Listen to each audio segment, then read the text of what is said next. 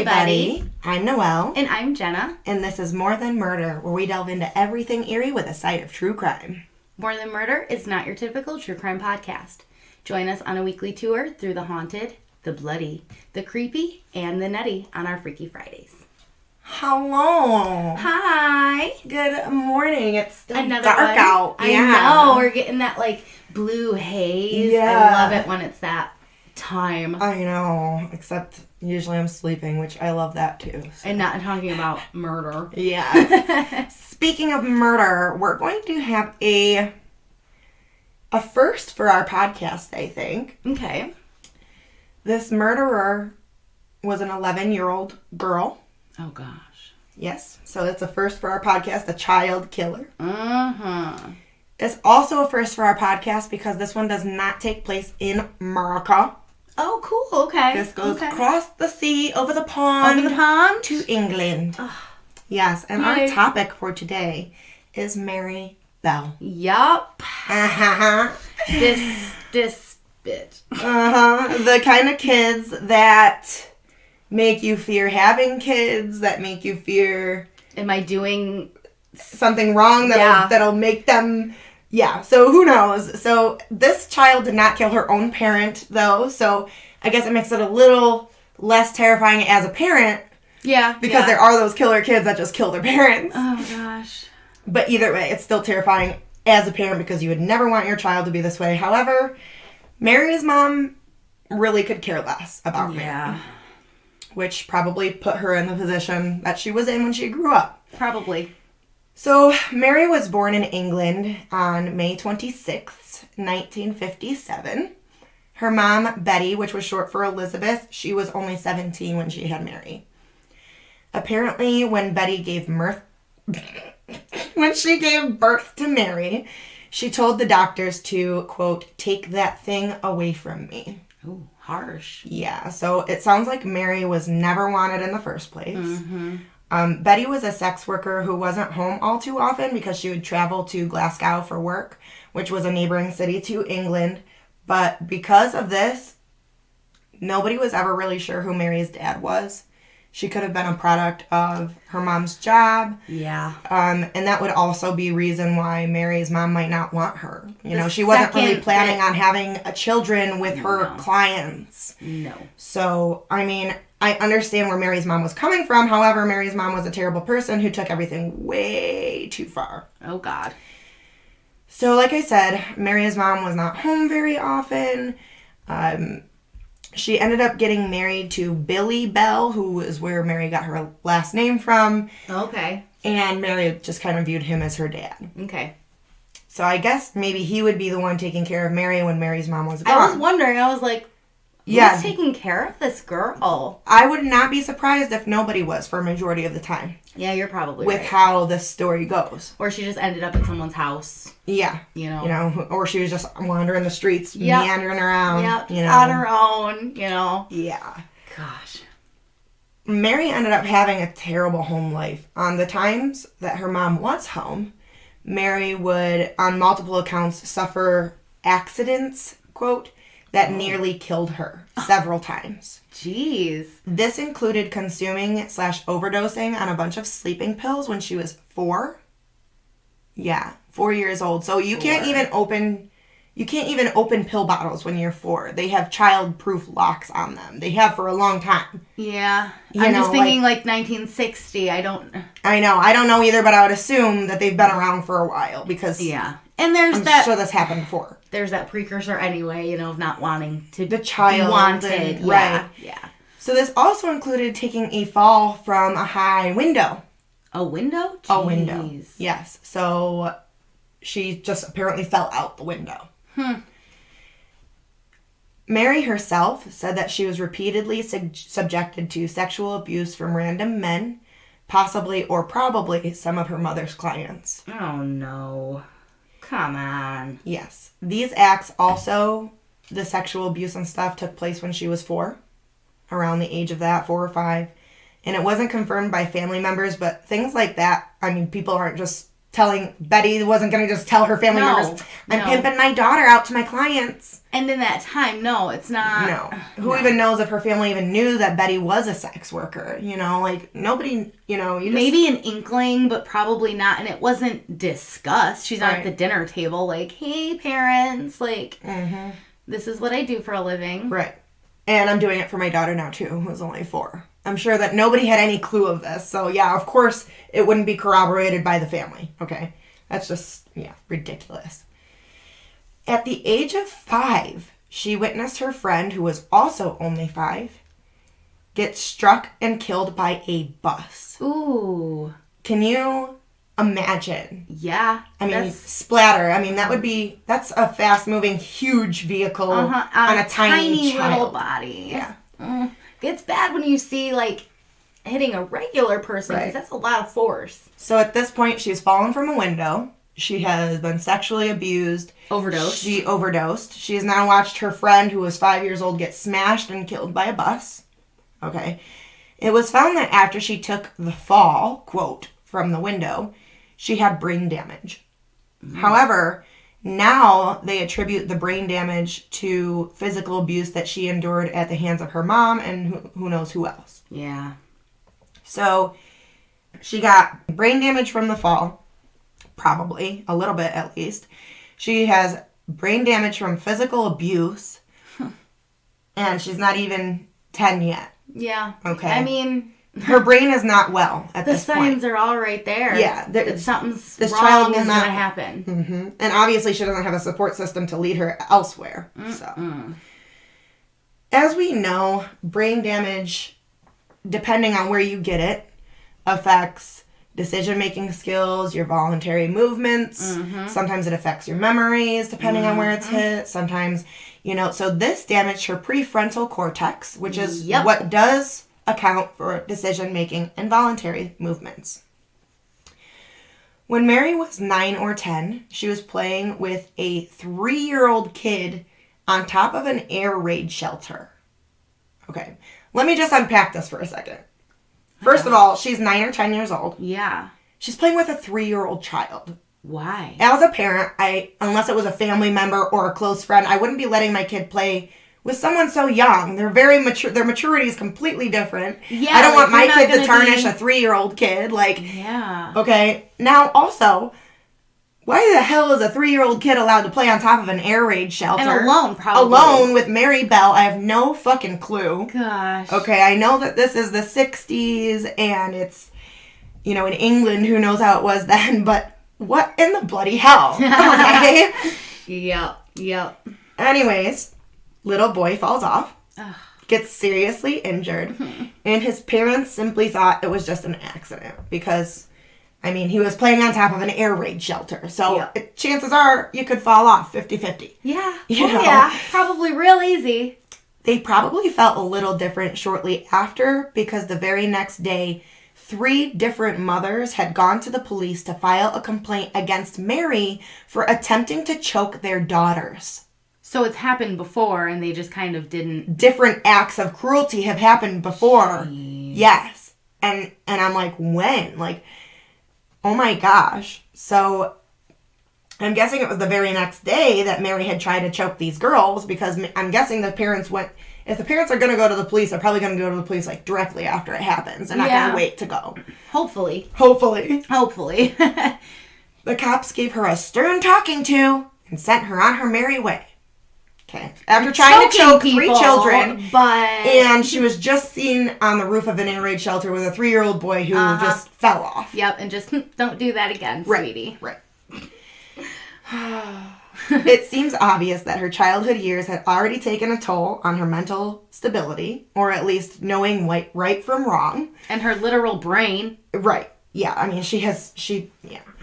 It's so hard with people who've had, like I said, the certain brain damage. We learn more and more now with the PTE and football and other sports and things like that. Yep. Kids are leaving high school. Aaron Hernandez, he left high school with brain damage at 18. There were 2 concussions this week in NFL playoffs. Yeah, it's crazy. That's why they really have to start paying attention to it and and treating it because these concussions are leading to awful things. Yep. So, I mean... Smack your head. That's not a good... Your brain needs to be protected. Right. That's why when your child is born, they have a soft spot until they're, like, older, and you're not supposed to hit their head on the soft spot. And PSA, wear a fucking helmet. Yeah, wear a helmet, guys. Just wear a helmet. It's not embarrassing or stupid. When you're younger, you're like, it's not cool. Put stickers on it. Personalize it. Just wear a fucking helmet. Yeah, they have really cool helmets now. Yeah. And I've always worn one my whole life. I still wear one to show my son that he needs to wear one and make him feel less bad, even though it's his mom wearing a helmet, so it actually probably makes it worse.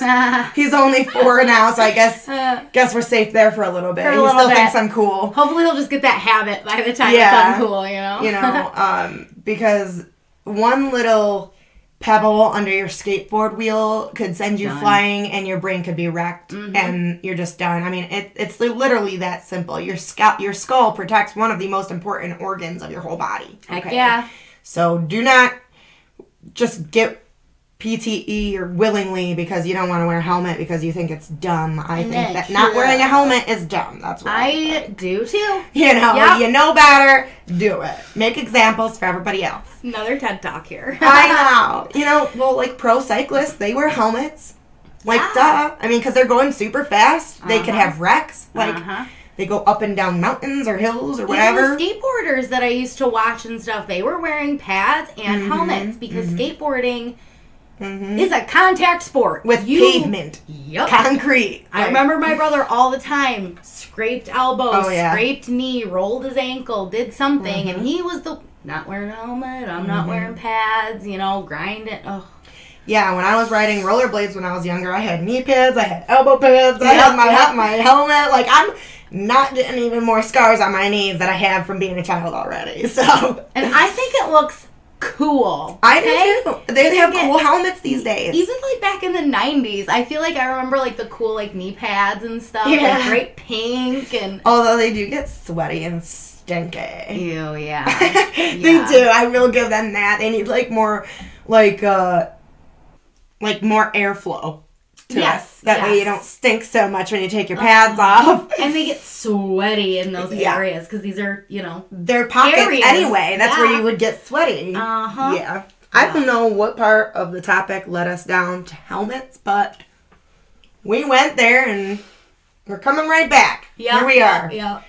All right. So we're going to move along. So we already know Mary's become violent. She's not really controlling her decision making. It's not really clear if she understands what's right and wrong. Yep. It's not really clear if she ever had somebody teach her what is right and wrong. Seems like her parents are just kind of absent and abusive. The cops tried to tell her. But now is where it really takes a turn. Of course.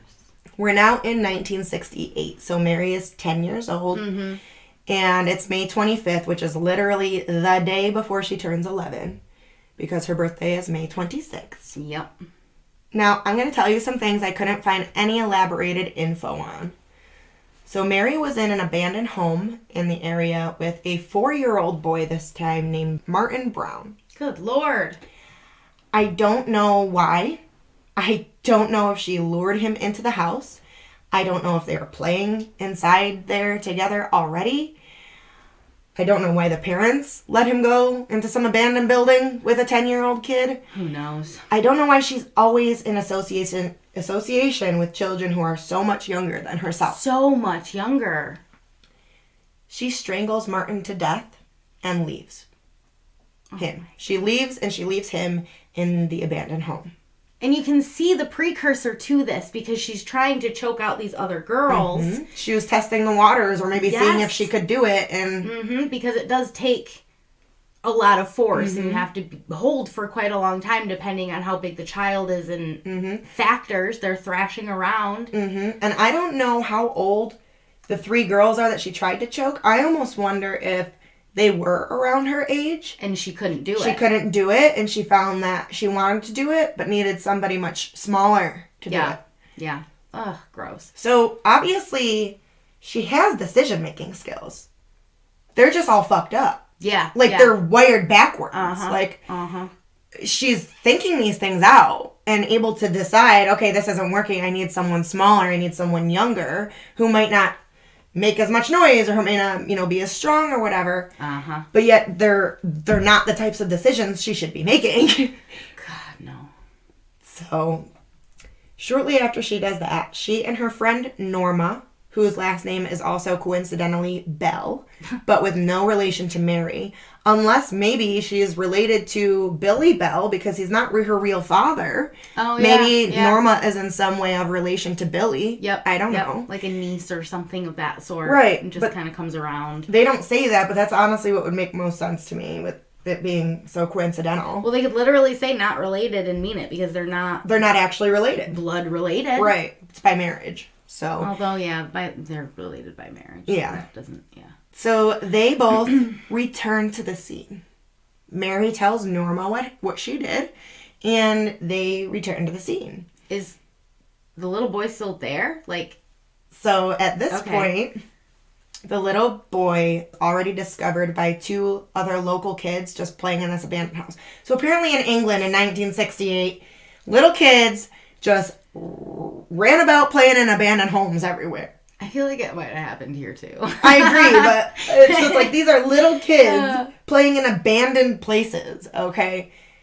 Maybe I'm just overprotective, but as a parent, I'm like, no, you're not going out romping around these abandoned places where there's creepy people hiding and there's homeless people crashing in. I'm like, you don't know. I wonder if they just the child ratios too, are there bigger families where a couple kids and both parents are working, so maybe they're with a grandfather or a babysitter, and that 1 or 2 little kids is just kind of off doing their own thing, and it just becomes the norm. Or there's just too many kids, and they're just go do whatever, just have fun, go out and play. Still in this day, if the parents aren't very in it and they want to be in it, it happens. Yeah, absolutely. Unfortunately.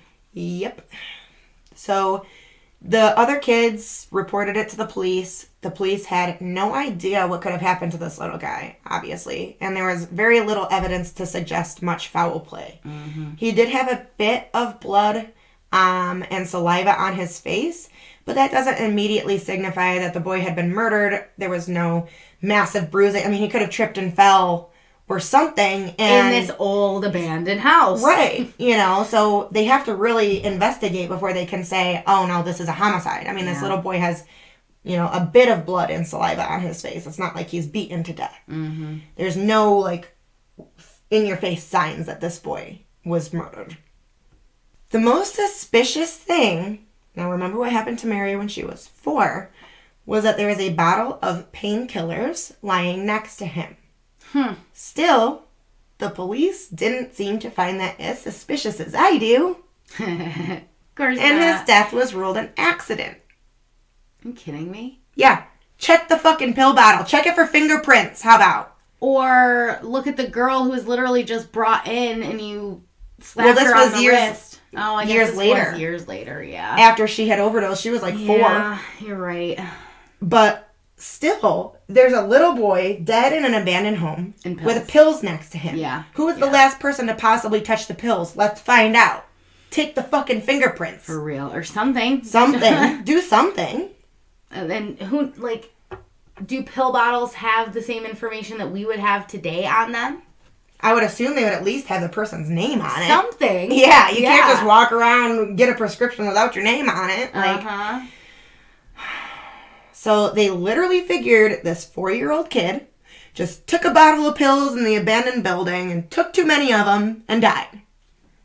Jeez. I know this is in the late 60s, but still, no 4-year-old was just out popping pain pills, okay? All right, somebody might have blown him a hit of marijuana at some point, or maybe he was in the same room, but... I want to circle back, because I wonder if the pain pills are an aspirin or an ibuprofen, or a Tylenol type of thing. Because maybe they tried to give him the pain pills and it didn't work, because if it was just ibuprofen, you literally need the whole bottle. And when you're young, you don't think about medicine the same way, I guess. That's why there are accidental, oh my god, he took all my medicine, because they don't understand. I'd like to know what kind they were. Like you said, they don't give enough information. Mm-hmm. They need to release more, still, even And if it was ibuprofen, check it for fingerprints. I know, but that would make sense with, like, no name or anything tied to it if it's, like, a bottle of just your over-the-counter meds. Yeah. Right. Pain pills. Yeah. For some reason, whenever I hear of, like, pain pills, I think of, like, Vicodin. And, so do I. I think, but like... You're right. Those are still pain management pills. Yes, and it could be a vague way to say... You know, what they are. I would say, like, ibuprofen. I know, aspirin, especially if it's an investigation and people need to know what the fuck is going on. For real. So, Mary is really creepy, and she had some fucking audacity, because let me tell you what she does next. This little bitch, I'm sorry, this little bitch goes to Martin's house, knocks on the door. Is that the little boy? The boy she killed. Okay, yes. Martin's mom, who, mind you, she's got to be just fucking down in a hole with her depression and shit right now, because her 4-year-old little boy was just found in an abandoned house dead. Uh-huh. Okay.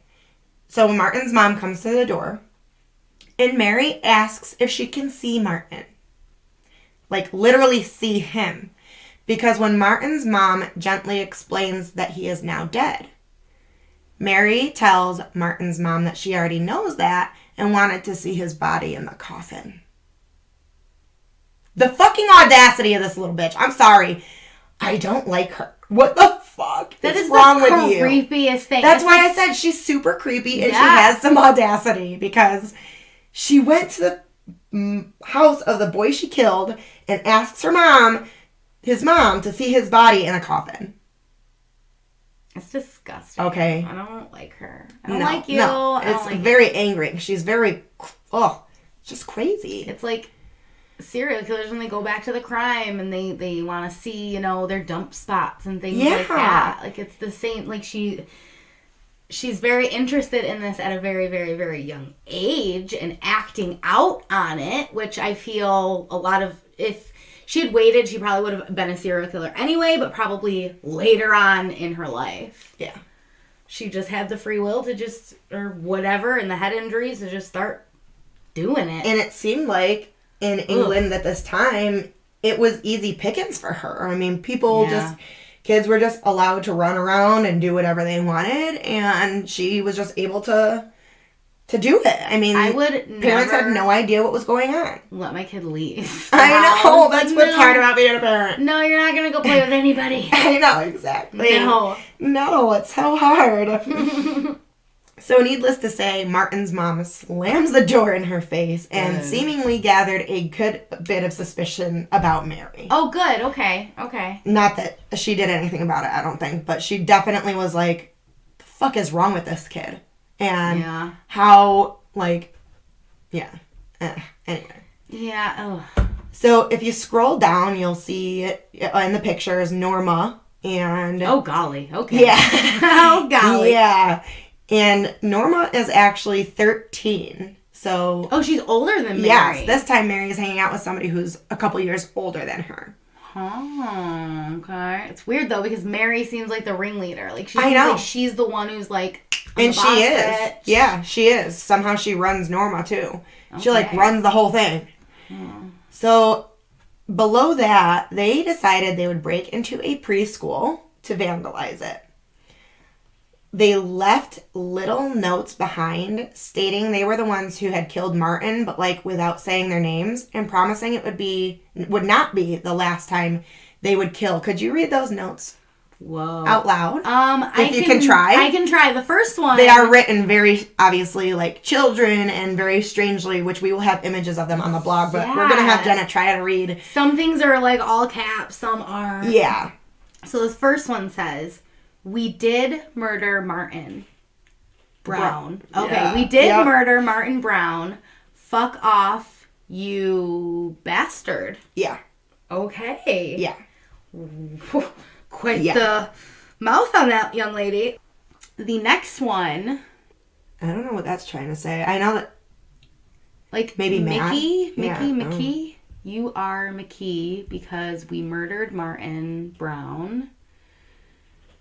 You better go look out there. Yeah. Are murders about? Oh, you better go look. There are murders about. Yes. Oh God. By Fanny and Ugh. And I'm not saying the F word. No, it's an F word. Screws. Okay, yeah, she put the R in front of the C. She used the derogatory F word that we don't use anymore. It's not fuck or anything, because obviously we would have said that. I was like, fuck all day long. But yeah, so, yes. We did murder Martin Brown. Fuck off, you bastard. You are whatever, Mickey, because we murdered Martin Brown.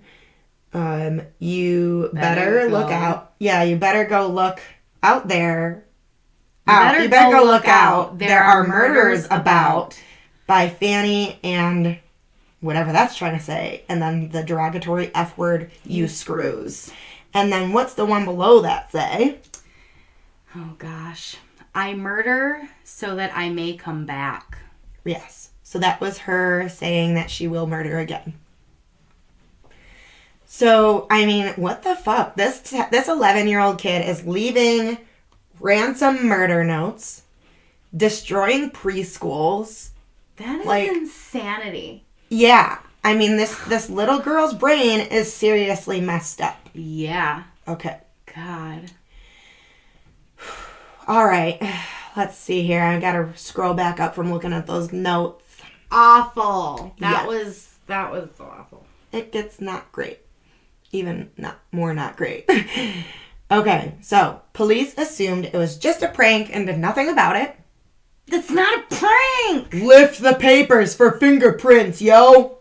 Lift the doorknobs for fingerprints. Like, you have literally child's handwriting talking about murder. Yep. Even if that is a joke, that is a sick joke, and you need to talk to that child. They destroyed a preschool which belongs to little children, and a little child was just murdered. Yeah. Obviously, something's going on. And leaving notes about murder. Right. Murder. Lift the place for fingerprints. It's destroyed. There's got to be stuff somewhere. Do an investigation. I know. Why are they lazy? They just don't feel like it? They got to go back to their office and prop their feet up on the desk? Yeah.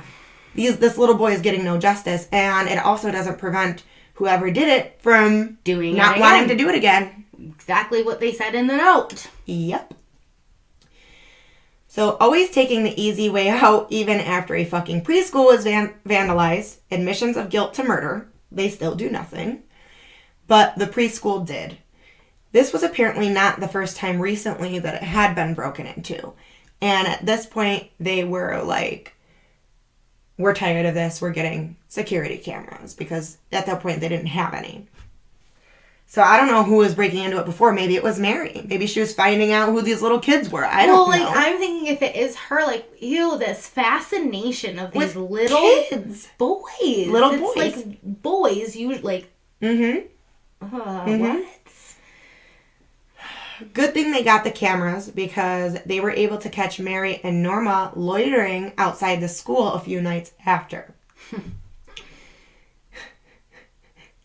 Since all they were doing this time was loitering, and there was no evidence that they did the first one because there were no cameras, besides the notes left behind, can you guess what happened? They were let go.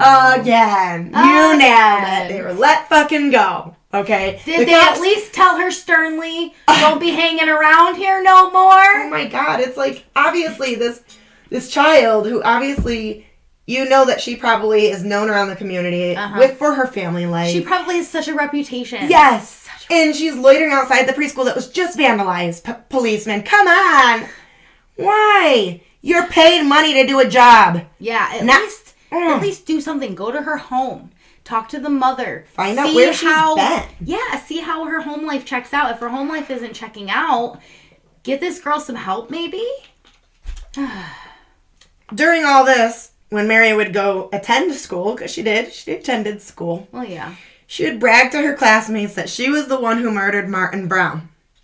So this girl's shouting it out to the world, and nobody's fucking listening. First off, girlfriend, that's not how you do this. I think it's honestly a call for attention or something. She's crying out. That's why the serial killers now write notes, and that's why she was writing notes, but I don't even know. So as we spoke about, you don't go just saying it. Well, no, but she had a reputation of getting into trouble and lying about things. So because of that, her classmates were like, "No, you didn't. Yeah, right. Whatever. Just another one of your tall tales to seem like you're cool or something." Well, it's also a big thing. Like, I feel like, imagine if we were that young. If someone came, like, if there was something big like that we remembered, like, our parents, like, hush-hush talking about, then someone came to school, like, maybe they don't know the precursors of, like, what this means, and they're just, you know, blowing it out their ass. Like, for example, we went to this playground once, and this kid, obviously, this has no relation to murder. Of course. But it's just a correlation of how kids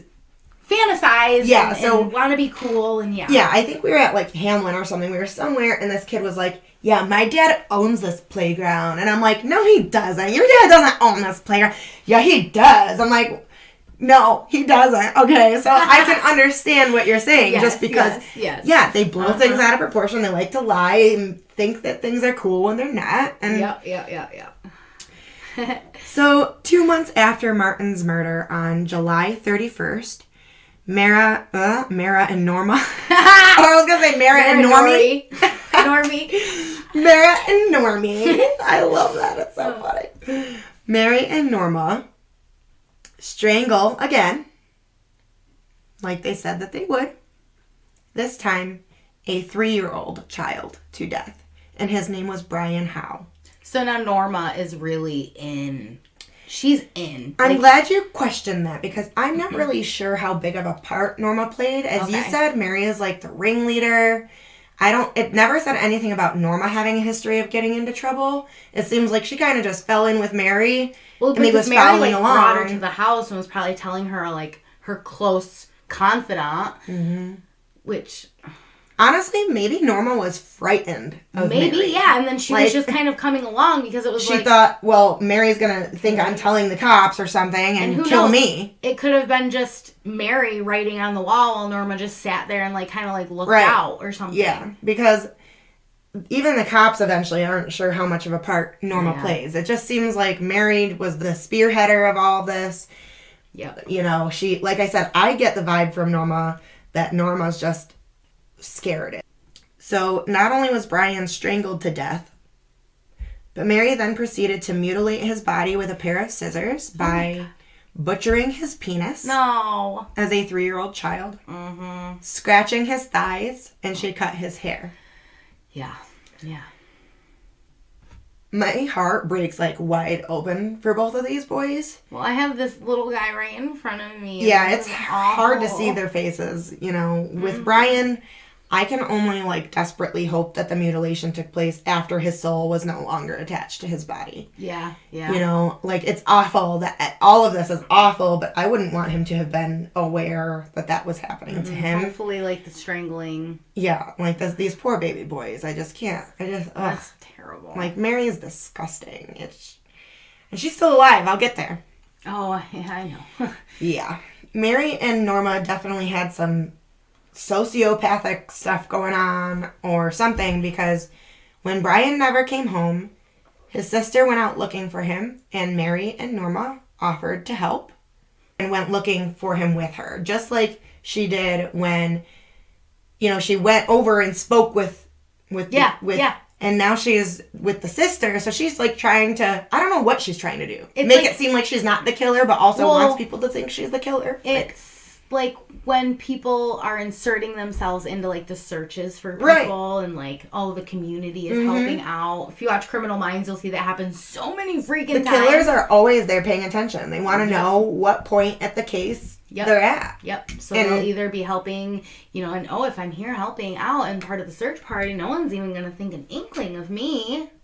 And I believe that's what it was, because Mary literally points out cement blocks she sees, and that's where Brian's body actually was. She points out the body? But Norma was like, no, I doubt he is playing by concrete blocks, and they never look there. Oh, jeez. So it was like Mary and Norma's plan, probably. Like, I will point it out, and then it'll seem like, oh, geez, I guess we should have looked there because that's where he ended up being found. I guess, you know, maybe they were right, you know. So, yeah. She's crazy. You know, she's telling people she did it, but then on the other hand, she doesn't want to be found out. It's just like, what is going on? There's not a specific timeline I could find, but Brian's body was found, and basically everyone started to panic because within 2 months, 2 young children were found dead. And no one knows what was happening. And he had to be... That had to not be fun to find this little boy because he was mutilated.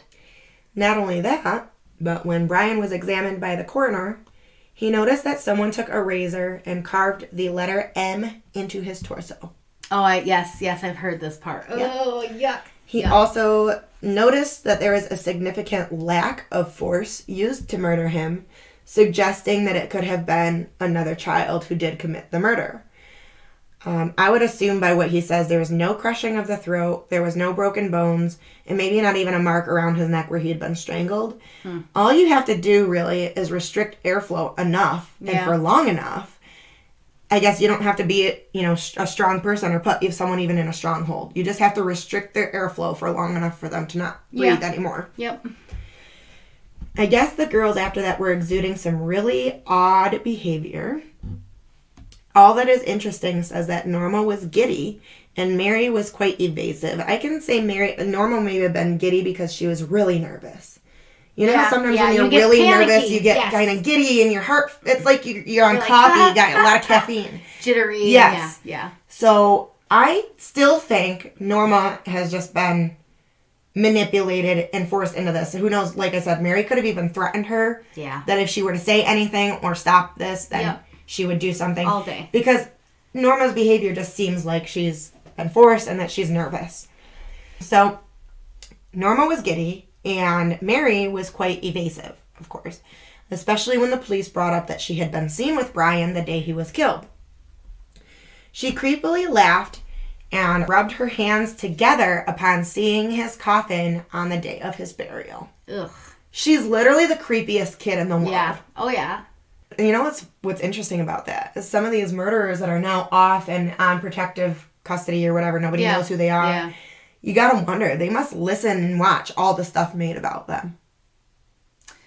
You gotta wonder if they do. Yes and no, because hopefully, like, if they're rehabilitated, it might bother them. In some cases, I just don't believe in rehabilitation. But who knows? Yeah. I want to hope that if they're out there, they're rehabilitated. Because we're not seeing... I feel like if they weren't, they would start up. Yeah. You know what I mean? Like, they'd always have to do something. Mm-hmm. Mm-hmm. So what finally broke the suspicion the police had about her was that she tried to say she saw some random 8-year-old boy hit Brian on that day.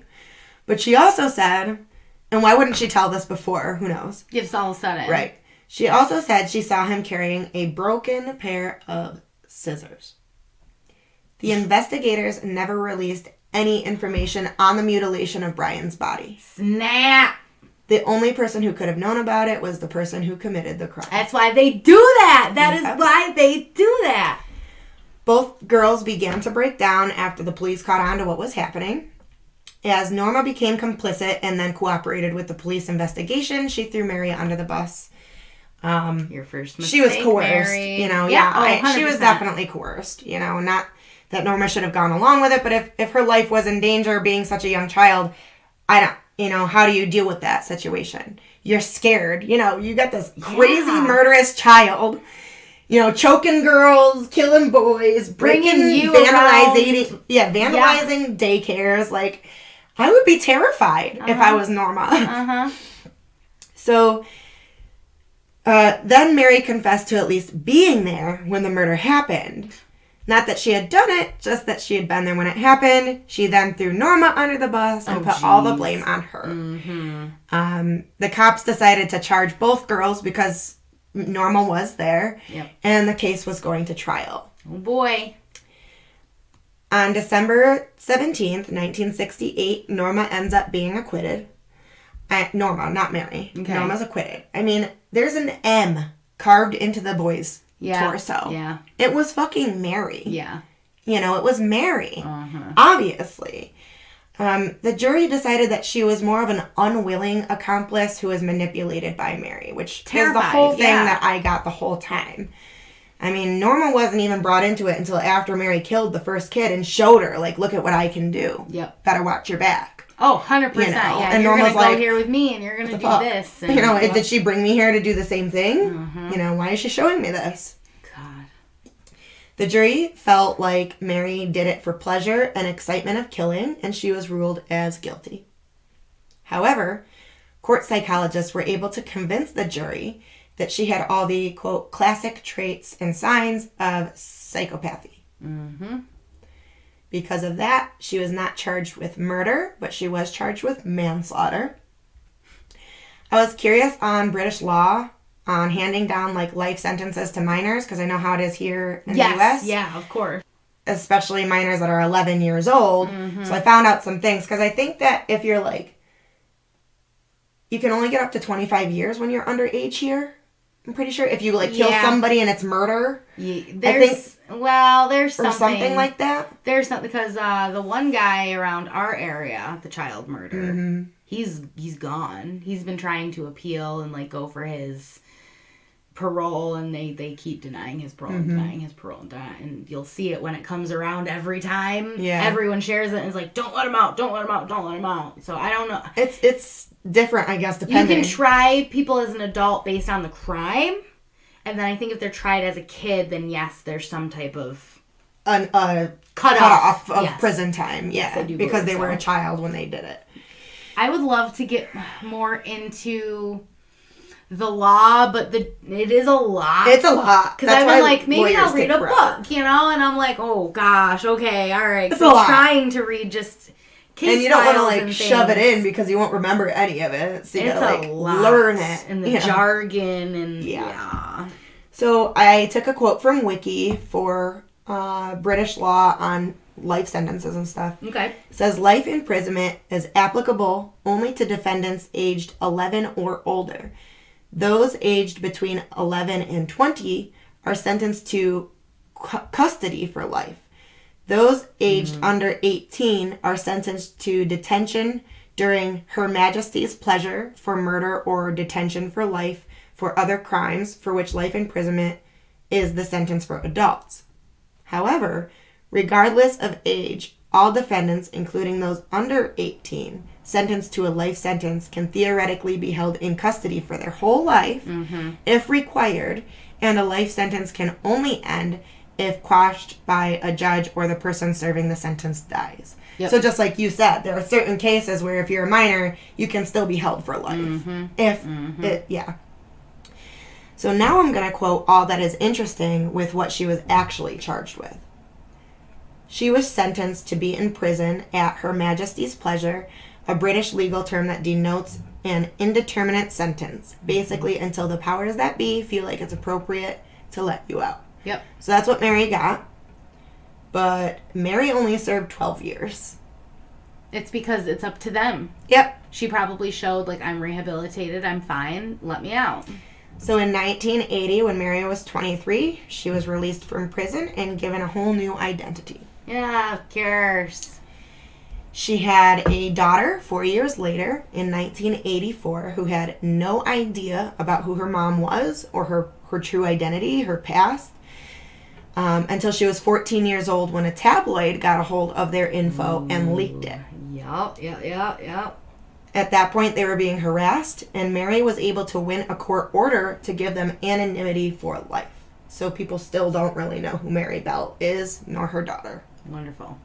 I know. At that point, I kind of don't like that either. I understand if you were a victim of a crime to get anonymity for life. Yeah.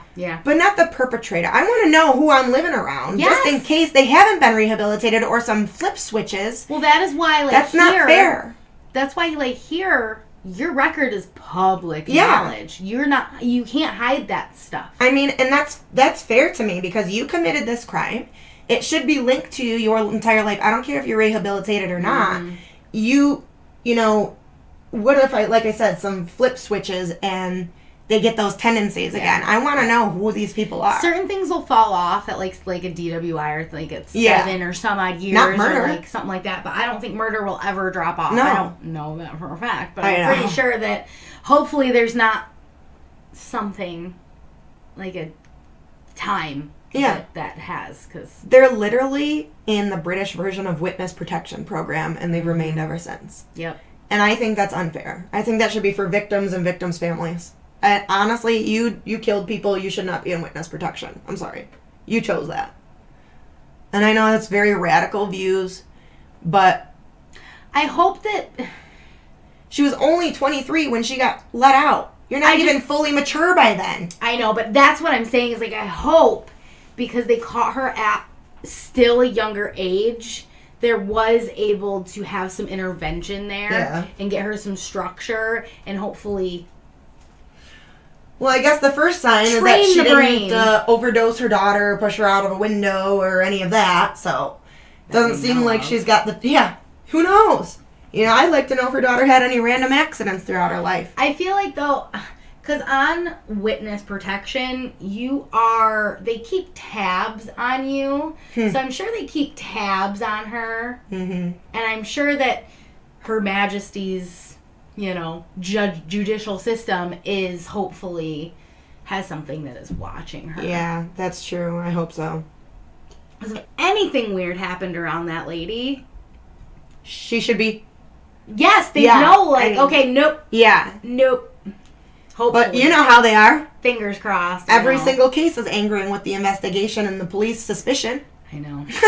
I know. Fucking Richard Ramirez walks right past the group of them, la-di-da, until the civilians take him down. Okay. Yep. Come on. Yep. Oh, according to that documentary, they had him. Oh, I know. They had him. But not according to all the other research. The hood of the car, he was like on the hood of a car, getting arrested, and he goes, feet don't fail me now, drew a pentagram on the top and booked.